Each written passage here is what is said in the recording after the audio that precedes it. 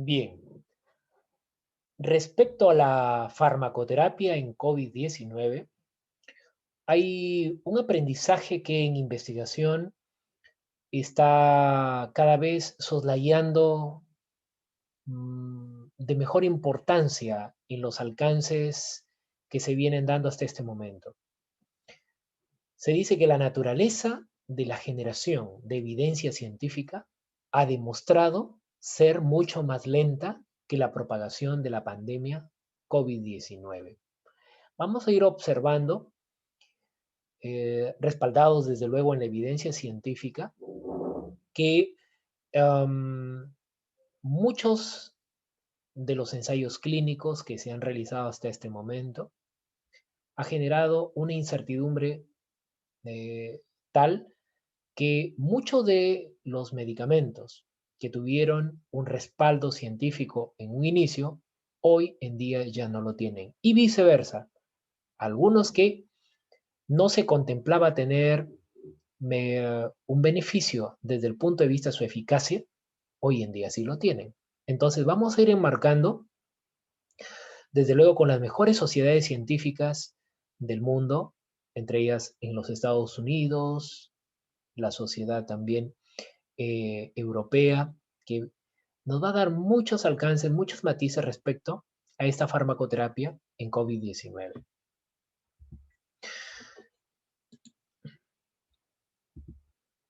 Fíjense que un ideal dentro de la farmacoterapia es tal cual se observa en este diseño gráfico. Dice, tener una farmacoterapia hecha a su medida, que no lo vistan con un traje ya confeccionado. Veremos que hoy en día los tratamientos farmacológicos se sostienen básicamente en el uso de corticoides con determinados criterios en su uso, entre otros. Para poder llegar justamente a ello, lógicamente vamos a darle un matiz importante desde el punto de vista químico hasta el punto de vista clínico. Para esto, me gustó mucho la publicación que en mayo del año pasado hizo la British Journal of Pharmacology, donde menciona a Rational Roadmap, ¿sí? Un mapa racional para SARS-CoV-2, COVID-19, Pharmacotherapy Research and Development, es decir, una investigación farmacoterapéutica y desarrollo. Y esto está relacionado justamente con la Sociedad Internacional de Farmacología, en la revisión 29. Aquí vamos a ir dándole estos matices que me han permitido justamente estructurar el molde de esta conferencia. Fíjense, esta es una elaboración propia en la cual podemos visualizar que desde el punto de vista de un medicamento se requiere evaluar el nivel químico, el nivel farmacodinámico, los ensayos in vitro que se hayan realizado y luego los ensayos clínicos. Entonces, para el SARS-CoV-2, mirando el nivel químico, vamos a observar algunos elementos que justamente nos van a permitir tener un grado de comparación a este nivel. Por ejemplo, la ivermectina, la citromicina, la hidroxicloroquina, la dexametasona y el remdesivir, entre otros. Desde el punto de vista farmacodinámico, vamos a ver, por ejemplo, los mecanismos de acción sustentados para los medicamentos que hoy en día se vienen utilizando en COVID-19.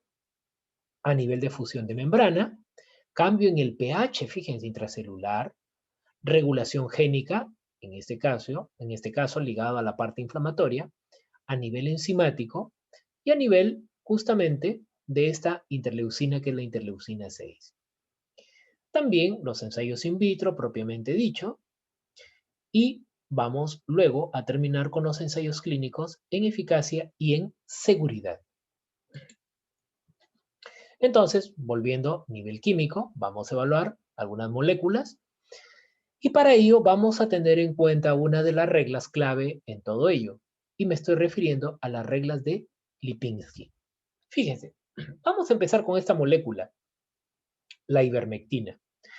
La parte química de la ivermectina nos va a permitir en este luego observar si cumple o no una adecuada función farmacológica en el sitio diana, es decir, si es que puede, la química le permite tener una difusión adecuada a nivel de membranas celulares. Para esto, observaremos el número de aceptores de hidrógeno, el número de uniones de donación de hidrógeno, las rotaciones, el número de rotaciones, la superficie polar topológica que está dada en Armstrong, el peso molecular que está dado en Daltons y el X log P, que es la lipofilicidad. Fíjense, en base a esto se construyen las reglas de Lipinski, ¿sí? Todo ello para tener pues una adecuada difusión pasiva en la membrana celular en donde necesitamos que la molécula llegue. Entonces, si evaluamos a la molécula de ivermectina, fíjense, el número de aceptores de hidrógeno debe ser, en este caso, estamos observando que tiene 14, ¿sí? Lo adecuado es que sea menor o igual a 10. El número de donadores de hidrógeno debe ser menor o igual a 5, tiene 3. El número de rotaciones debe ser menor o igual a 10, tiene 8. El área de la superficie topológica debe ser menor a 140, tiene 170.06. El peso molecular debiese estar entre 180 y 480 Daltons. Ivermectina tiene 874.51 Daltons, mucho mayor al rango admisible. Y la lipofilicidad debe ser menor o igual y la ivermectina tiene 2.84. ¿Rompe la regla de Lipinski? Sí.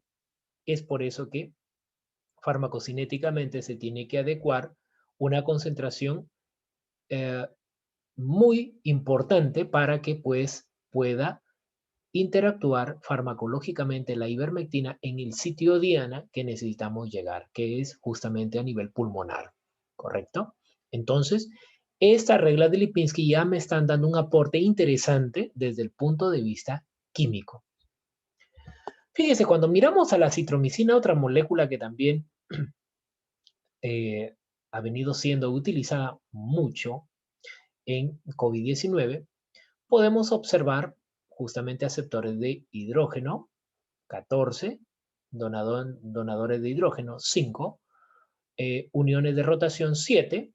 Fíjense, su área de la superficie topológica tiene 180, peso molecular 748, X log P 1.89.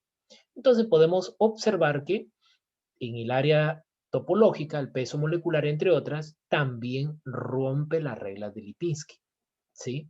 Entonces, químicamente no vamos a tener una adecuada difusión pasiva en la membrana celular, en este caso a nivel pulmonar. Si vemos a la molécula de la hidroxicloroquina, podemos tener en cuenta lo siguiente. Número de aceptores de hidrógeno tiene 4, número de donadores de hidrógeno 2, número de rotaciones 9, el área topológica es 48.39, el peso molecular 335.18 y el X log P 3.14. ¿Qué estamos observando? Que no rompe la regla de Lipinski. O sea, es una molécula que químicamente tiene una buena difusión pasiva adecuada a nivel pulmonar. Pero ya veremos que no solamente se le evalúa la molécula desde el punto de vista químico. Habría que ver cómo viene presentando la seguridad, la eficacia, eso ya vislumbrado en los ensayos clínicos. En el caso de la dexametasona, este corticoide también muy utilizado hoy en día, si observamos todos los parámetros anteriormente comentados, fíjense, aceptores de hidrógeno, 5, donadores de hidrógeno, 3, rotaciones 2, área topológica 94, peso molecular 392, X log P 1.14, no rompe la regla de Lipinski. Es decir, como corticoide tenemos una buena molécula que puede lógicamente tener o a datar una buena concentración a nivel pulmonar. Lo mismo de esta otra molécula, la budesonida, otro corticoide, pero a diferencia de la anterior, esta se puede utilizar vía inhalatoria. Fíjense, aceptor de hidrógeno 6, donador de hidrógeno 2, rotaciones 4, el área topológica 93, el peso molecular 430, el XLOC-P que mide la lipofilicidad 1.91, tampoco rompe la regla de Lipinski. Entonces, químicamente, la budesonida como molécula que se puede administrar vía inhalatoria también, en este caso, cumpliría las reglas de Lipinski para ser utilizada, lógicamente, bajo este matiz desde el punto de vista químico. El remdesivir es otra molécula, fíjense, observamos que si vamos a la regla de Lipinski, la está rompiendo también a nivel del área superficial topológica, el peso molecular, ¿sí? En este caso es un fármaco adecuado en el cual, pues, uno de los mecanismos de acción tiene que ver a nivel intracelular especialmente con la inhibición de determinados paquetes enzimáticos, ¿sí? Entonces, no estaría cumpliendo la regla de Lipinski. A nivel farmacodinámico, ya es importante dar un punto de vista respecto a los mecanismos de acción que se han venido ensayando, ¿sí? Básicamente a nivel in vitro. Y para esto vamos a ir observando molécula por molécula. Fíjense, dando un matiz general y observando los posibles targets, es decir, los mecanismos de acción que va a tener justamente los medicamentos en COVID-19, podemos observar, y esto ya se ha dilucidado anteriormente, que una vez que el SARS-CoV-2 hace su interacción con el TMPRSS2 y la AC2, hay una endocitosis, hay una liberación de un pool inflamatorio, ¿sí? de mediadores, y lógicamente luego viene la replicación, el ensamblaje a nivel viral.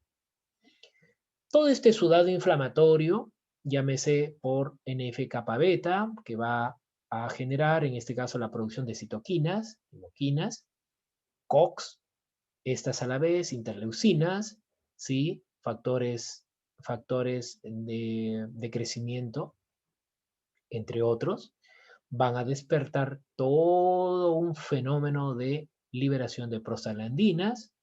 Estas a la vez van a generar la movilización de monocitos, neutrófilos, mayor cantidad, en este caso, de la tormenta de citoquinas, ¿sí?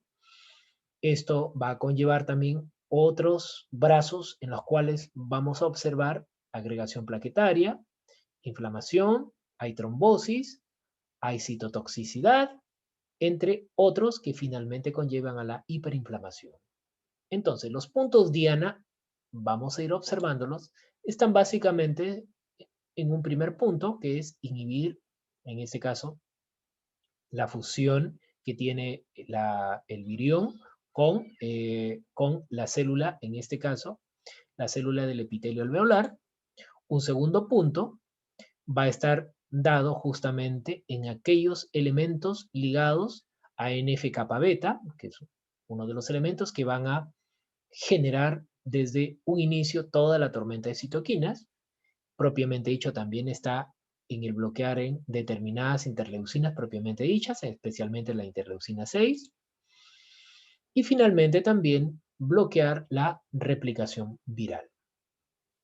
Entonces, con todo ello, la revista JAMA tiene en cuenta, en una publicación que hace en abril 13, algunos elementos hasta ese tiempo ya vislumbrados. Por ejemplo, cómo es que la hidroxicloroquina podía inhibir, en este caso, la fusión de membrana del SARS-CoV-2 con, en este caso, la célula huésped, y a la vez la endocitosis. Y no solamente ello, sino también vislumbraba otros ligandos farmacológicos que podían tener también un especial énfasis. Por ejemplo, el tocilizumab, que tras antagonizar al receptor de IL-6, la interleucina 6, también mostraba tener algo prometedor farmacológicamente hablando en COVID-19. Lo mismo lopinavir, ritonavir, que en este caso, al inhibir la proteólisis, también vislumbraba tener un efecto interesante. Lo mismo que para el remdesivir, al bloquear a la RNA polimerasa, también vislumbraba tener también una actitud protagónica.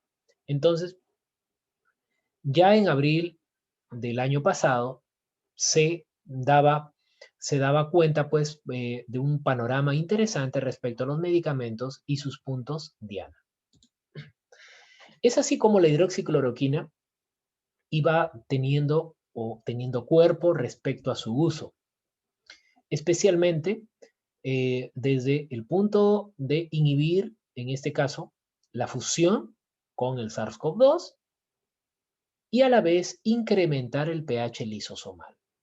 Esto, fíjense, estos puntos, tanto el pH lisosomal incrementado como la inhibición de la fusión del SARS-CoV-2 con la célula huésped, bloquearía la infección viral, la replicación y a la vez pues tendría que ver muchísimo con la señalización, especialmente en la expresión de citoquinas que está relacionada con inflamación. Luego, en septiembre del año 2020, en esta revista muy particular, Cellular Physiology, el Journal of Cellular Physiology, menciona una importante mirada al uso de la ivermectina, es decir, la proteómica cuantitativa revela propiedades antivirales, en este caso amplias, de la ivermectina, un posible beneficio para el tratamiento en COVID-19. Entonces, se abre pues un abanico muy importante de acuerdo a esta investigación. Lo primero es darle una mirada al trabajo de Cali, en este caso, del 2020, el primer artículo que justamente se publica respecto a ivermectina, en la cual pues se considera de que la ivermectina tiene una actividad, en este caso de reducir 5000 veces la carga viral inhibiendo a una proteína llamada importina. Esta importina que tiene que ver muchísimo con la fusión, ¿sí? Entre, acá tenemos al virión, aquí representado la proteína Spike, que tiene dos subunidades, una que le permite tener la fijación y la otra la fusión propiamente dicha y liberar la carga viral. Entonces, ivermectina tendría que ver con inhibir, ¿qué cosa? Al inhibir la importina, vamos a inhibir la entrada del virión.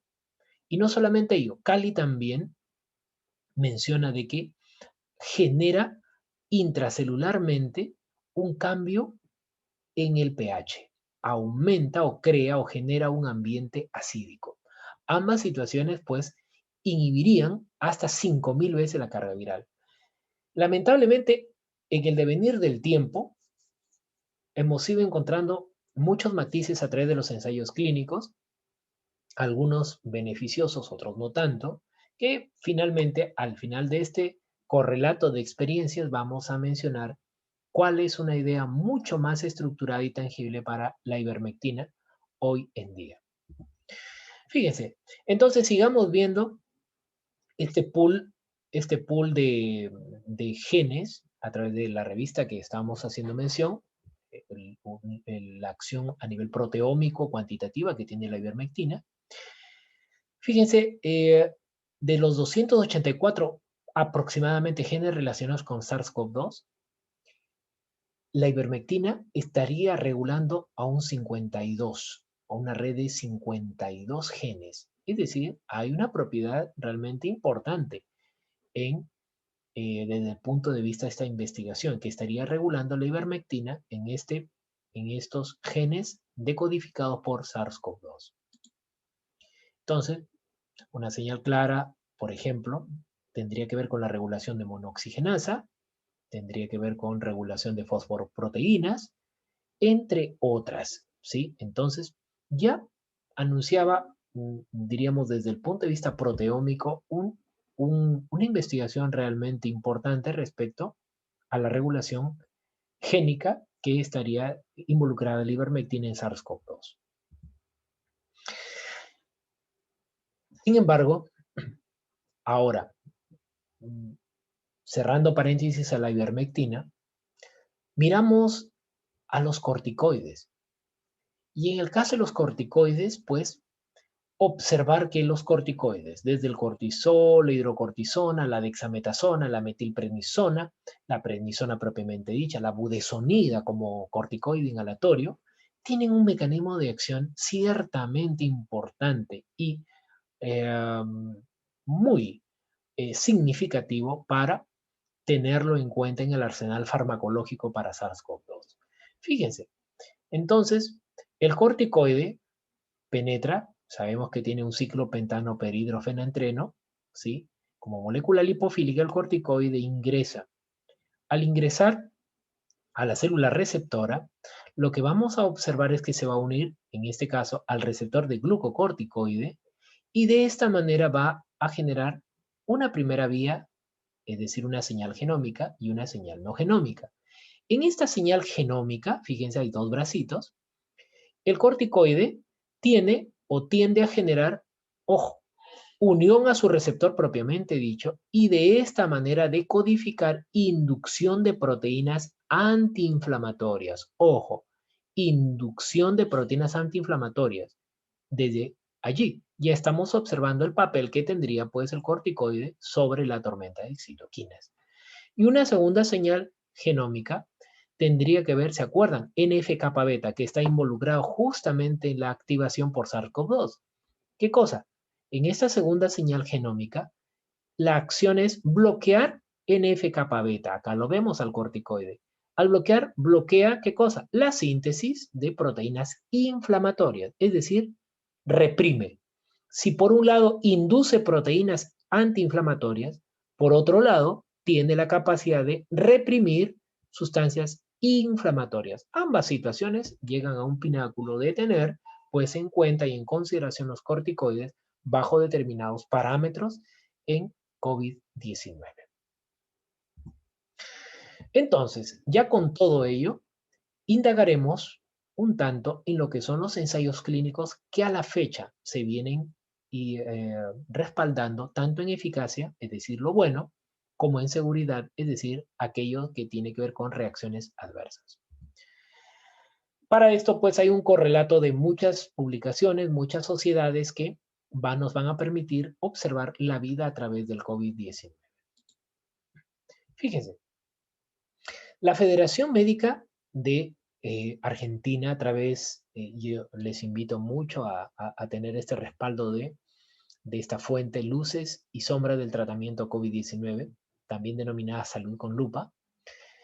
Le hemos venido haciendo un seguimiento porque muchas megabases de datos están siendo, diríamos, sostenidas en el tiempo para poder darnos cada vez más un hallazgo de tipo confiable, fidedigno, sobre todo en obtener fuentes de primera mano, ¿sí? A través de Salud con Lupa, que es la sociedad justamente argentina en matizar toda esta información y lógicamente ponerla a buen recaudo a través de su lectura. En octubre del año 2020 mencionan más de 200 opciones terapéuticas o combinaciones o sus combinaciones en más de 1.700 ensayos clínicos. Imagínense, a octubre de 2020. Entonces, esta carrera vertiginosa en saber cuál es la mejor opción farmacológica ha devenido pues en tratar de establecer una conducta confiable, fidedigna en lo que a resultado se obtenga. Justamente les decía al inicio que muchas moléculas químicas han tenido buen respaldo inicialmente entre octubre y noviembre del año pasado. Pero cuando hemos llegado a abril, ¿sí? Y al entrar a mayo, estas moléculas que diríamos, tienen ya el resultado final en diferentes ensayos clínicos, algunas siendo prometedoras, cayeron. Y otras siendo poco prometedoras, subieron su nivel. Entonces, es importante ir observando molécula a molécula qué ha pasado desde el punto de vista clínico. Entonces, en esta carrera loca por buscar el fármaco de mayor eficacia y seguridad para COVID-19, justamente nos rascamos la cabeza y vamos a definir justamente cuál es el mejor o cuál es la mejor alternativa hoy en día manejada por las sociedades internacionales. Para esto, esta secuencia de una formulación denominada PICO, muy conocida en el campo epidemiológico, nos va a conllevar a poder resolver esta encrucijada, ¿sí? Entonces, una vez que demos pauta a observar esta interrogante, nos va a conllevar a dar una mirada a todo tipo de estudios en los cuales vamos a mirar desde el grado de evidencia, la calidad de la evidencia, en observar si es alta, moderada, baja, muy baja. Esto va a permitir conllevarnos a dar, pues, en la calidad de la evidencia propiamente dicha, y para ello, pues, diríamos, determinar que a través de las guías internacionales como la INH, la American College Physician, en este caso, Colegio Americano de Médicos, y la American Society of Health System Pharmacists, o también conocida como ASHSP, dada en noviembre de 2020, ¿sí? Y a partir de los cuales hasta este momento, ¿sí? Nos permite dar ya una mirada muy concreta de lo que está sucediendo a nivel mundial respecto a las publicaciones en revistas que tienen un fuerte impacto en la calidad justamente de su evidencia. Entonces, para estas preguntas de investigación, les decía, PICO, P de paciente, intervención, comparador, el resultado y el tipo de estudio. Por ejemplo, en paciente miraremos algunas condiciones. Si el estudio fue ligado a la parte preventiva, se utilizó en pacientes asintomáticos, si la COVID fue leve, fue moderada o tal vez severa, dependiendo si su grado de saturación de oxígeno llegó a menor o igual a 94%, o crítico, es decir, hubo ya problemas concomitantes como sepsis, ventilación mecánica, el síndrome de distrés respiratorio agudo, entre otros. En la intervención, por ejemplo, tener moléculas como tenemos aquí, por ejemplo, un conglomerado de acitromicina, también tenemos con hidroxicloroquina, corticoides, ivermectina, lopinavir, ritonavir, tocilizumab, remdesivir, entre otros. Como comparador, lógicamente, placebo, el fármaco activo, que es el tratamiento usual, o en algunos casos, muchas veces también se ha podido observar que no hay comparador.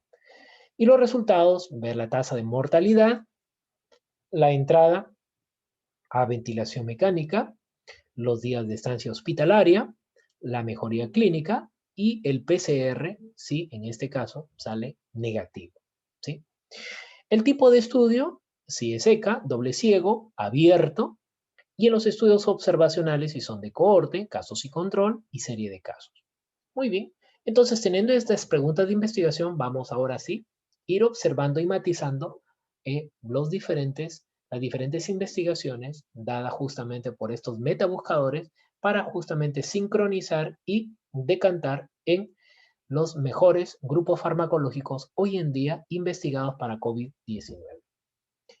Les comentaba que, por ejemplo, les invito a que ustedes puedan revisar esta data muy importante, la clasificación adaptada por científicamente comprobado Salud con Lupa, la sociedad argentina ligada justamente a este tipo de menester farmacoterapéutico, que a título personal nos ayuda muchísimo para poder hoy en día establecer una adecuación con la información que hoy en día se tiene, sobre todo al día y sobre todo haciendo uso de una gran metabuscador que es el metabuscador Epistemónicus. Realmente es importante tener ello. Tenemos 7 ítems, 7 números. Por ejemplo, Si observamos en el neutro, partimos del neutro, dice tratamientos en los que aún no podemos asegurar nada, ya sea por la que la certeza de la evidencia es muy baja, porque los estudios han tenido resultados mixtos o porque los datos no son confiables. Hay estudios, ojo, en marcha, que no son finalizados aún y tampoco tienen datos disponibles. Fíjense, entonces, si observamos que 4 es neutro, un fármaco que pasa al 5, que ya prometedor dice tratamiento en el cual no podemos asegurar con certeza que los beneficios sean mayores, pero hay resultados alentadores, aún no listo para su uso, pero que se justifica en realizar más investigación. Fíjense si pasamos al 6, listo para el uso, tratamiento en el cual beneficio y riesgo dice o costo está a favor de lo primero. Además, la evidencia nos entrega una buena certeza de que los datos obtenidos de los estudios reflejan lo que ocurrió en la realidad. Y 7, lógicamente, es altamente efectivo. Un tratamiento accesible, efectivo, seguro, para el cual la evidencia nos entrega una buena certeza de los datos obtenidos. Pero observen, molécula química que ha llegado a poco prometedor, tratamiento en los cuales aún no podemos descartar con certeza que tenga algún beneficio, pero los resultados iniciales no son alentadores. Fíjense el 2, listo para ser abandonado. Intervenciones que no tienen beneficio o que el beneficio no supera el riesgo o que el beneficio es mínimo. Estamos hablando de ítem 2. Y el 1, la ciencia no lo avala.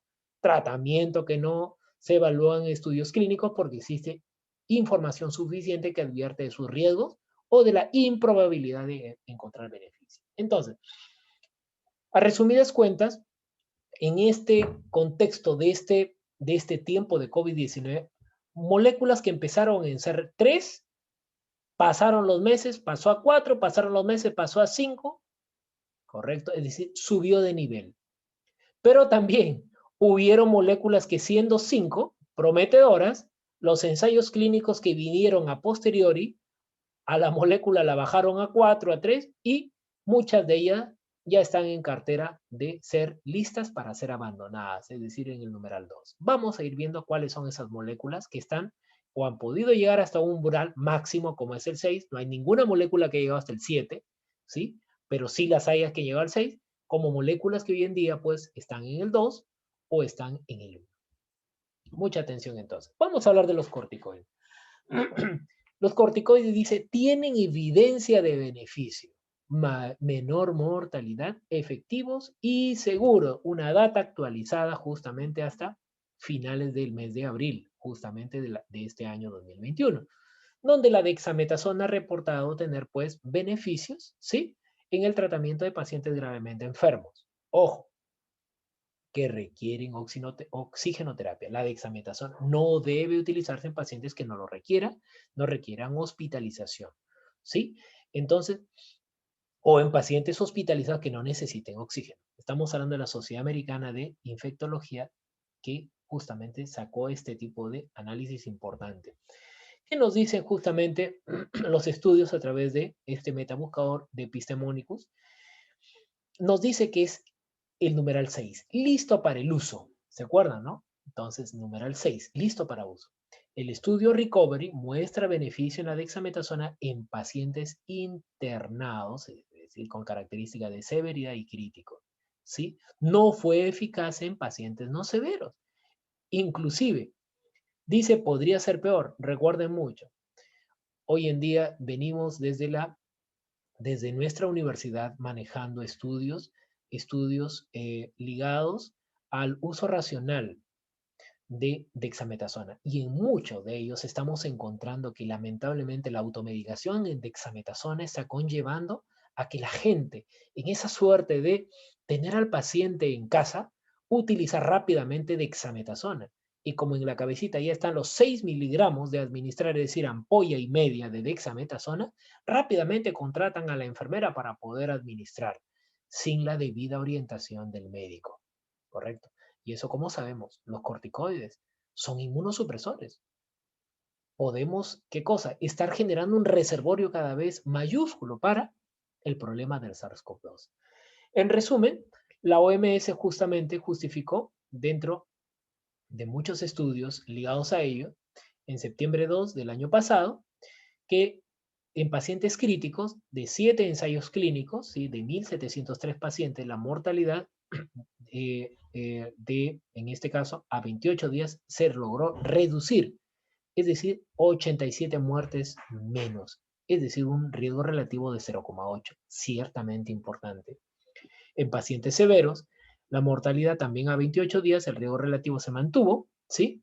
Con 3.883 en un ECA, es decir, un ensayo clínico.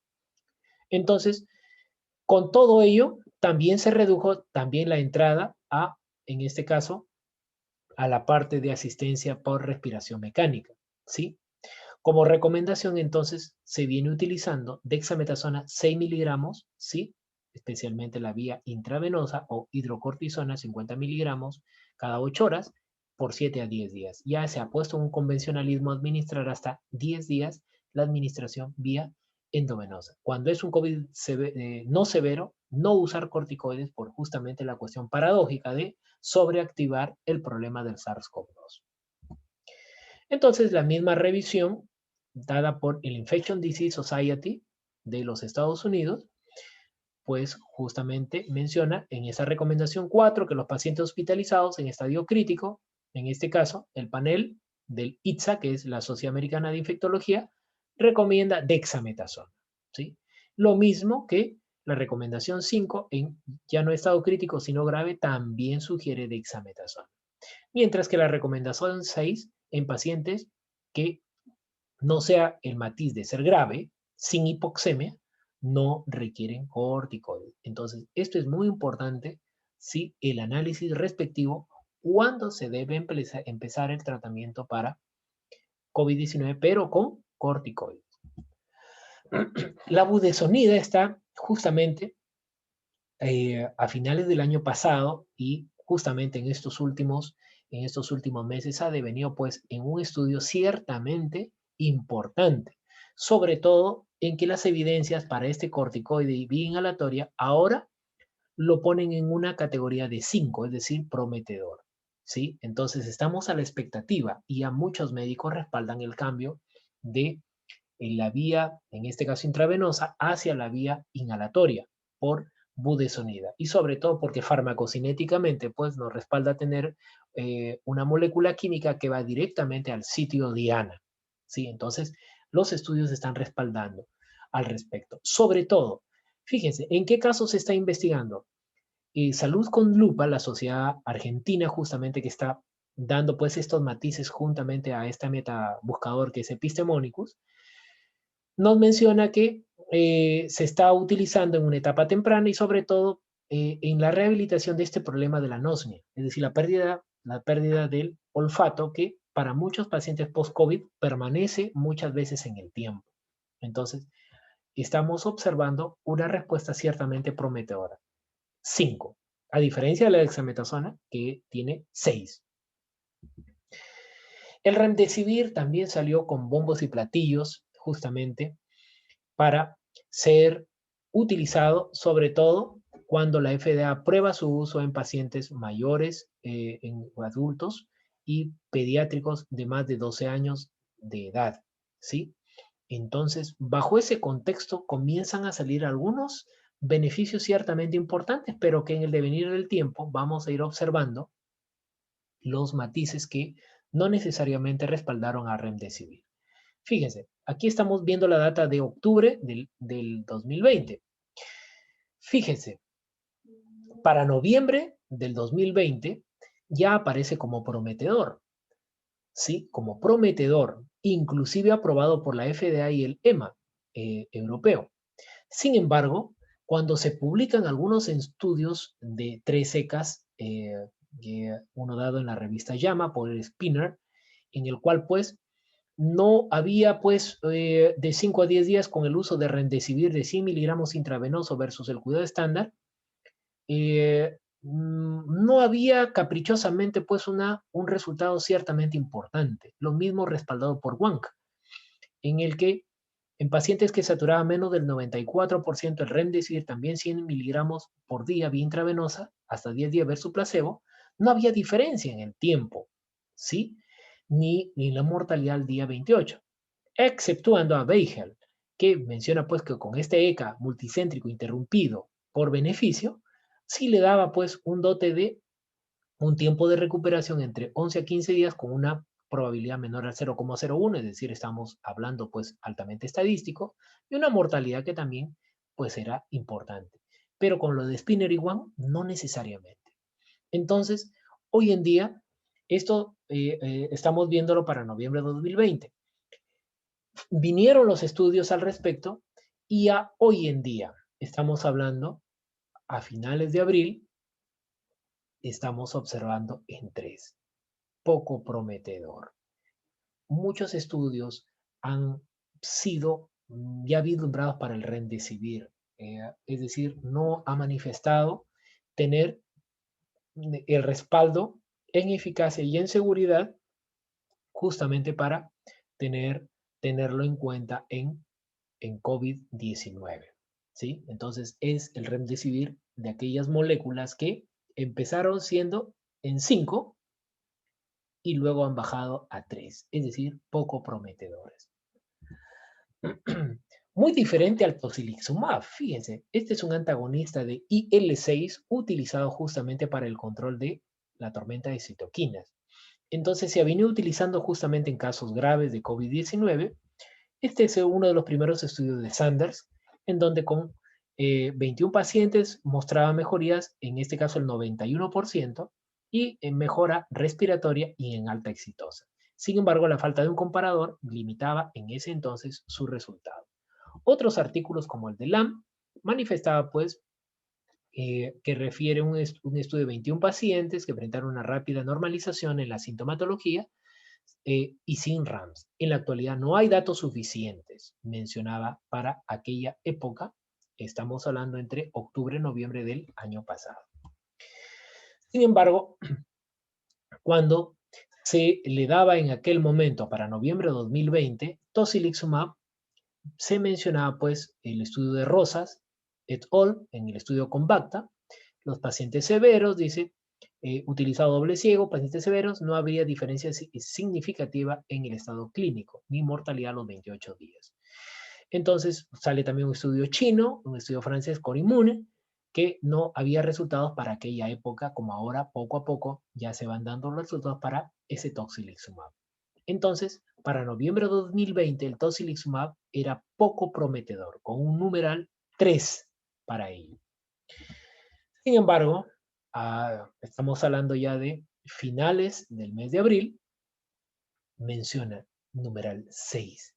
El estudio Recovery del 11 de febrero de 2021, ¿sí? Es el mayor realizado hasta ahora, demostró que el uso de tocilizumab disminuye el riesgo de muerte en COVID-19 que requieren apoyo con oxígeno. Entonces, ya nos da ese panorama tan importante de considerar a este antagonista, a este inhibidor de interleucina 6, como un fármaco prometedor en COVID-19. Por eso les decía, a diferencia del remdesivir que bajó, el tocilizumab está casi a la misma altura, en este caso, de los corticoides. El opinavir ritonavir, ¿qué podemos observar? Este es un inhibidor de proteasa y vamos a ver qué ha dado como consecuencia. El estudio de CAO comparó la eficacia frente al tratamiento convencional, mostrando una mejoría tardía, pero que no observó diferencia estadísticamente significativa. Artese, en este caso y colaboradores, menciona pues están a la espera de resultados, lo mismo que Lecronier, con 80 pacientes, dice, no evidenció diferencia significativa en la carga viral ni en la mortalidad. Todo ello, el estudio Solidarity, que tuvo que suspender al uso del opinavir ritonavir, el estudio Recovery, que también tuvo que suspender, ¿sí? ¿Por qué? Porque no se mostraba ninguna diferencia en la mortalidad, ni en la duración ni en la estancia hospitalaria. Entonces, todo ello, hasta el momento, ha conllevado a que esté listo para ser abandonado. No ha demostrado eficacia en los estudios publicados hasta este momento, el lopinavir ritonavir. Vamos ahora a indagar con la molécula de la hidroxicloroquina. Fíjense, la hidroxicloroquina resultó teniendo un dato muy particular, siendo prometedor para octubre del año pasado, aproximadamente, prometedor, ¿sí? Inclusive estos estudios que conjuntamente con acitromicina para el tratamiento de COVID-19 también lo manifestaban de esa manera. Luego pasó a ser 4, fíjense, neutro, porque comenzaban a reportarse estudios en los cuales la hidroxicloroquina reportaba sobre todo reacciones adversas en pacientes con COVID-19, ¿sí? Entonces, esto ya llamaba la atención, sobre todo que también no mejoraba los resultados en pacientes no hospitalizados. El estudio de MEBRA, ¿sí? MERRA, con 15.000 pacientes, mostró otro contexto. Problema de RAMS ligados a la parte cardiovascular, es decir, arritmias. Rosmer, un estudio de cohorte, no mostró diferencia.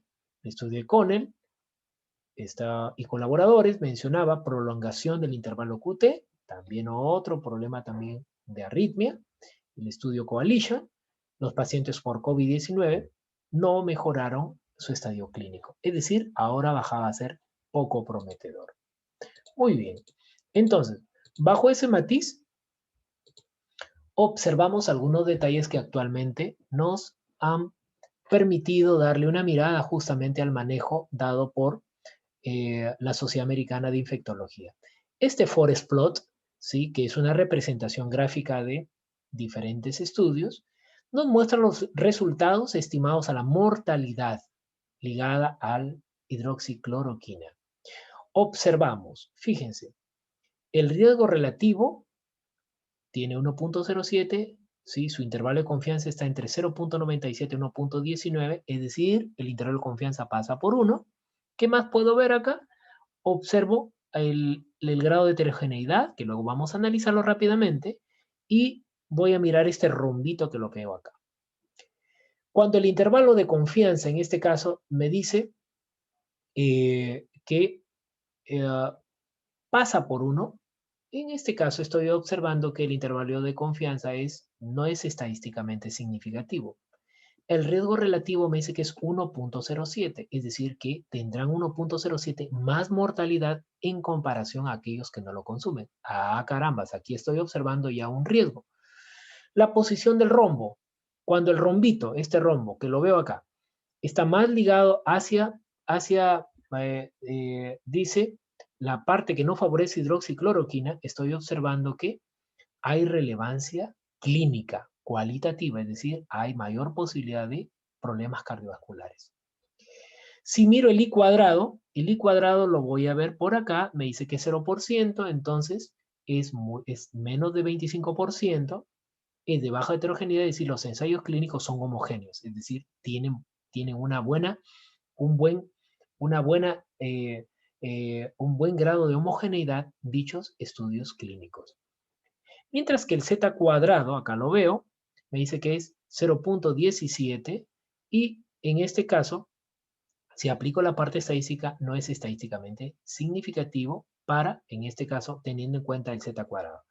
Sin embargo, el rombo que me mide la posición clínica, más que estadística, me dice que sí. Entonces, a tomar en cuenta ese detalle. Este es un forest plot de los eventos adversos ligados a hidroxicloroquina. Miren, de cajón, miro aquí el rombo. Ahora sí está mucho más desplazado a aquel que no favorece. Aumenta la RAMS, básicamente. ¿Qué más puedo decir? Es estadísticamente significativo, es decir, no pasa por 1 su intervalo de confianza. Su riesgo relativo es 2.36, es decir, hay 2.36 veces de desarrollar más una reacción adversa en comparación con aquellos que no la consumen. Luego mido pues el I cuadrado, que es 0%, tiene buena homogeneidad, ¿sí? Es decir, hay baja heterogeneidad. Y su Z cuadrado, que la parte estadística me dice que es estadísticamente significativo. Muy bien, catapulta totalmente que hay mayor cantidad de RAMS por hidroxicloroquina. Lo mismo que para el intervalo QT. Miren, el intervalo QT, el rombo, está justamente en aquel escenario en donde no favorece hidroxicloroquina. ¿Qué más veo? El intervalo de confianza no pasa por 1, es estadísticamente significativo. hay 2.89 de riesgo relativo, es decir, 2.89 más capacidad de desarrollar una RAM en comparación con aquellos que no la consumen.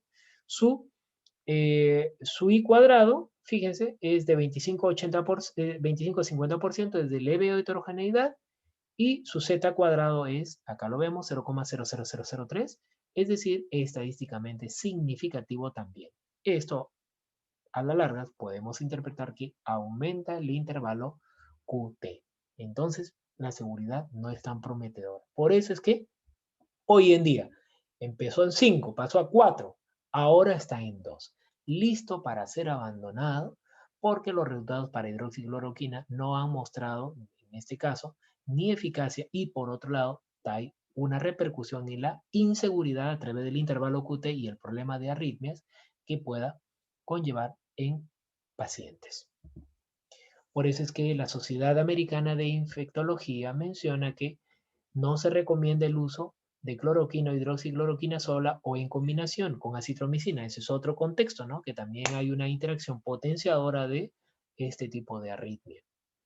ITSA, que es la Sociedad Americana de Infectología, no recomienda el uso de hidroxicloroquina para tratamiento de COVID-19 en pacientes hospitalizados. Y el panel, en este caso el NIH, recomienda no usar ningún agente, incluida hidroxicloroquina, para profilaxis previa o posterior a la exposición. Miraremos ahora a este macrólido, esta molécula macrólida llamada acitromicina.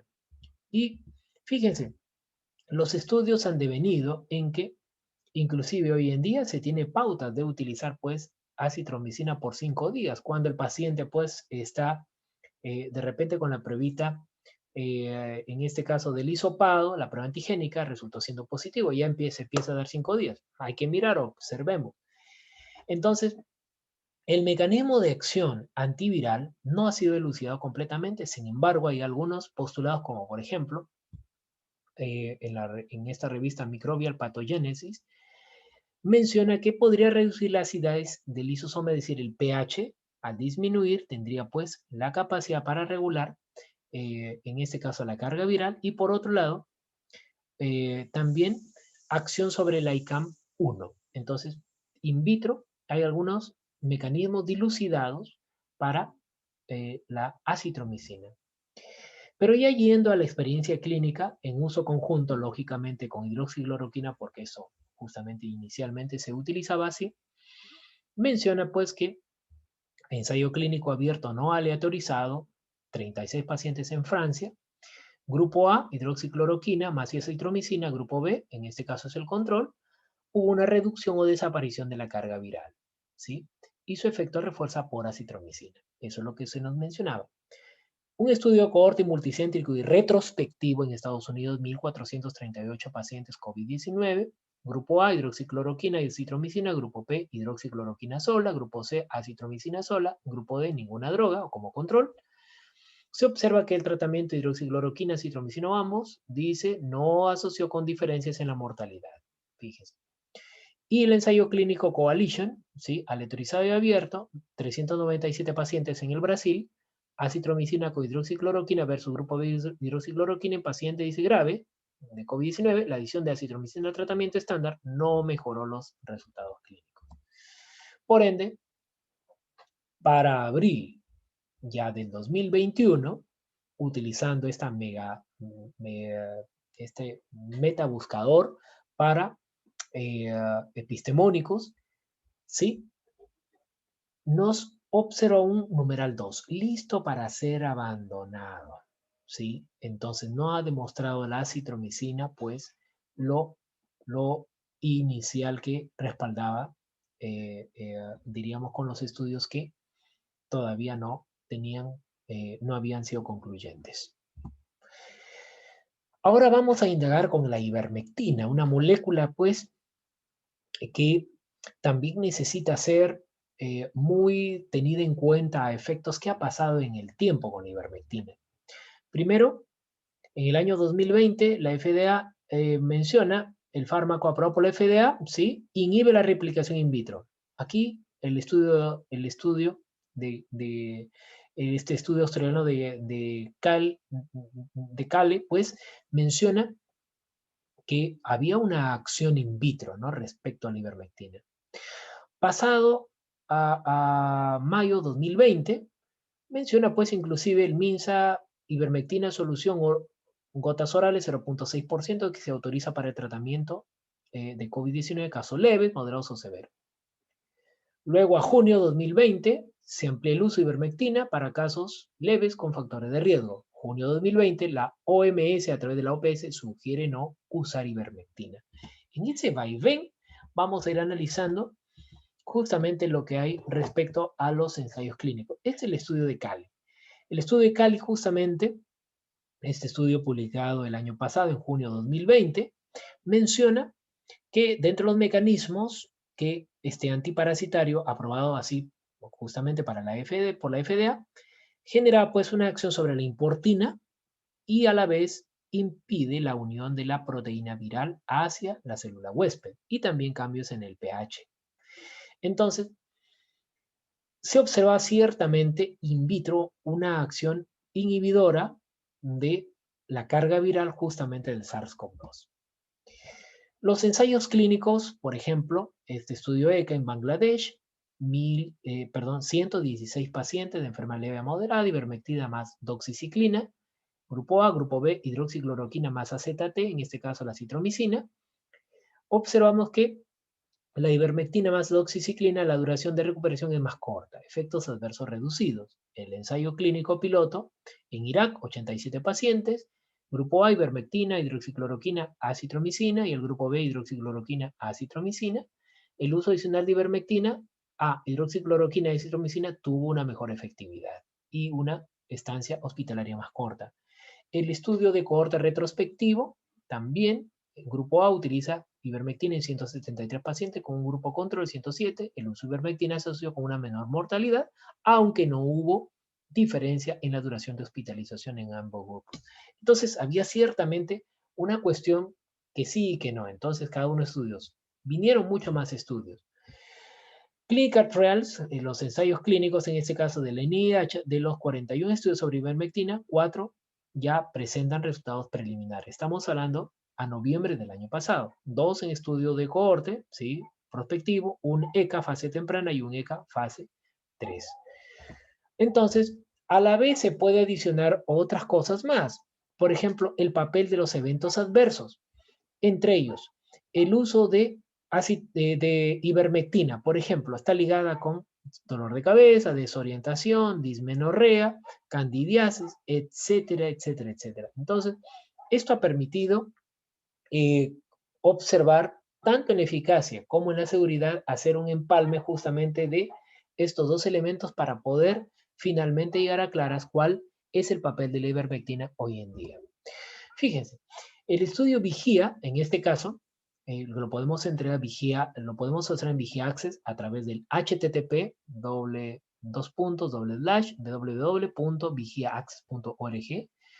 Podemos darle un matiz a la ivermectina y el papel que está teniendo hoy en día, ¿sí?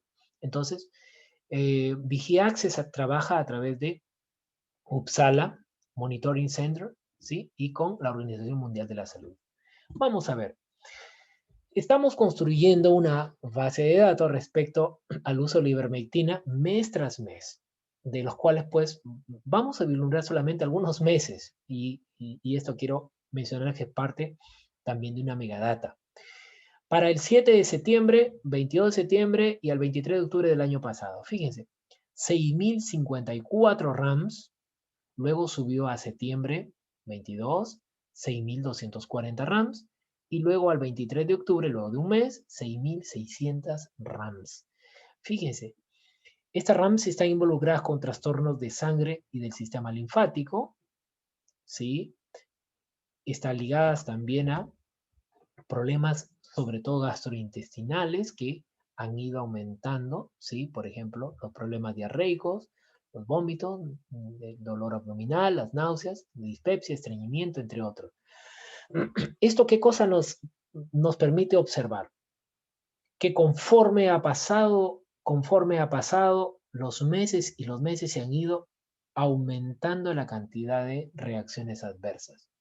Inclusive, hay una reacción adversa llamada la reacción de Masotti, que me gustaría observen qué características tiene la reacción de Masotti, que es lógicamente generada por la ivermectina.